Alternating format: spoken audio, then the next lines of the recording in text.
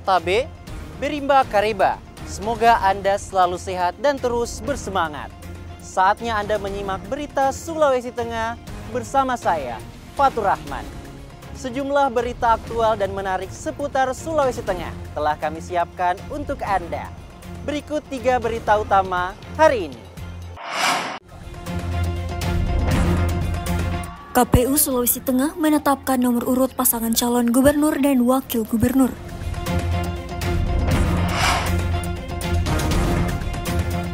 Logistik Pilkada serentak tahun 2024 tahap pertama telah tiba di Palu.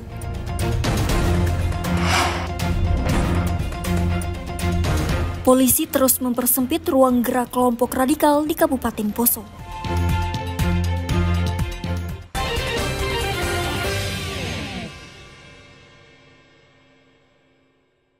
Usai ditetapkan sebagai calon kepala daerah, ketiga pasangan calon gubernur Sulawesi Tengah mengikuti rapat pleno terbuka pengundian dan penetapan nomor urut di kantor Komisi Pemilihan Umum Provinsi Sulawesi Tengah Senin pagi. Proses pengundian dimulai dengan pencabutan nomor oleh ketiga calon gubernur Sulteng. Selanjutnya, sesi pengambilan nomor urut oleh para calon gubernur Sulawesi Tengah. Secara serentak, nomor urut dibuka di hadapan umum. Dalam pengundian dan penetapan nomor urut, paslon Gubernur Ahmad Ali Abdul Karim Al-Jufri mendapatkan nomor urut 1. Nomor urut 2 didapatkan oleh paslon Gubernur Anwar Hafid Reni Lamajido. Sementara, paslon Rusdi Mastura Sulaiman Agusto mendapatkan nomor urut 3.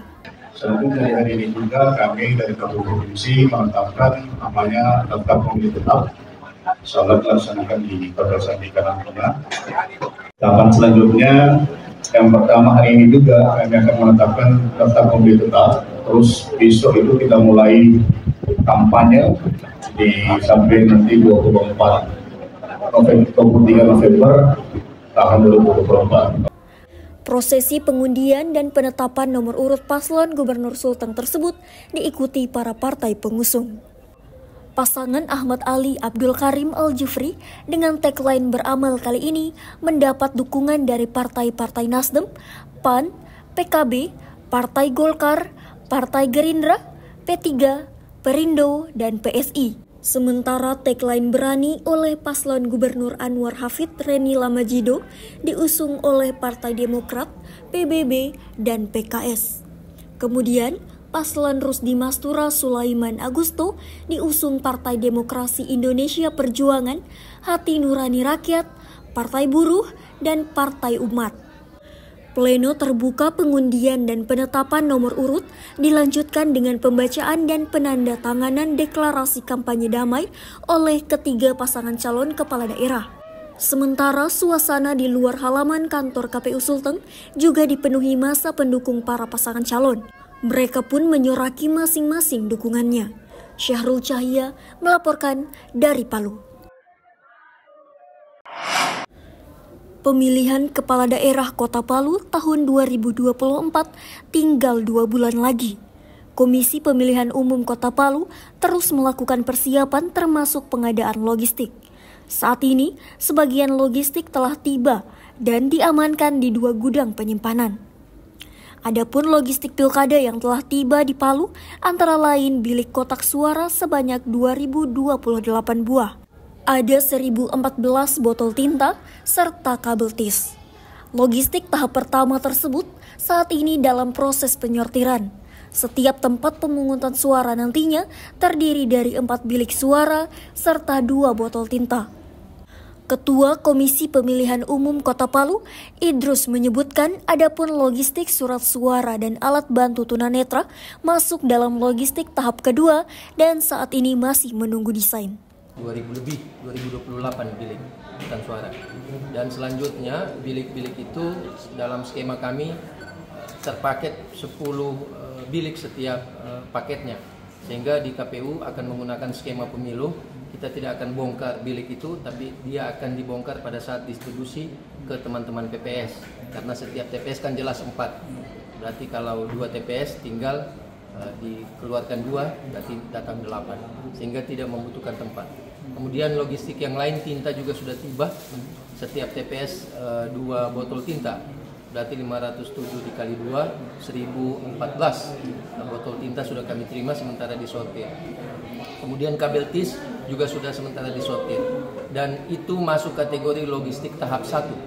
Tahap 1 itu adalah di luar logistik surat suara dan alat bantu tunanetra itu masuk kategori kedua. Itu akan ditetapkan setelah setelah desain surat suara dan desain yang lain yang disetor oleh tim pemenangan. Logistik KPU Palu tersebut saat ini sudah disimpan di 2 gudang, yakni di Jalan Nuri dan gudang utama di kantor KPU Palu. KPU Palu menargetkan logistik tahap 2 paling lambat tiba di Palu 1 November 2024. Sedangkan proses pelipatan dan packing dan pengepakan kotak suara ditargetkan paling lambat selesai pada 25 November 2024. Zalika Syalsabila melaporkan dari Palu.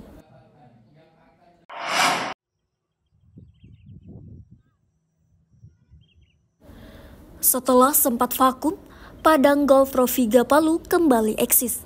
Namun bukan digunakan latihan para atlet golf, melainkan menjadi salah satu destinasi wisata favorit. Setiap hari libur, terutama akhir pekan, lokasi ini banyak dikunjungi warga. Umumnya, mereka dari kalangan anak muda yang datang untuk bersuah foto.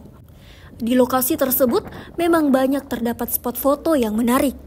Dari puncak lapangan golf ini, terlihat panorama Teluk Palu dan sebagian pemukiman warga. Puluhan pengunjung yang didominasi anak muda ini asyik bersantai menikmati sore bersama rekan-rekannya. Tujuannya sih foto-foto saja sih, Kak. Kalau untuk view-nya udah bagus. Cuman kayaknya sekarang rumputnya harus dipangkas lagi sih, Kak, karena sudah lumayan tinggi. Si healing kasih sedang stres sedikit sudah kuliah. Foto-foto. Sudah sering sih? Baru pertama kali di sini. Kalau view-nya sih alhamdulillah bagus. Harapan saya untuk beberapa teman-teman yang kemari, mungkin sampahnya sih kalau bisa jangan dibuang sembarangan. Kalau bisa bawa pulang, nanti di luar baru dibuang. Namun lapangan golf tersebut kini seakan tak dirawat. Rumput mulai meninggi, pengunjung pun harus ekstra hati-hati memilih jalur yang tepat. Mengunjungi satu destinasi foto ini dikenai biaya masuk sebesar Rp5.000 per orang. Syahrul Cahya melaporkan dari Palu.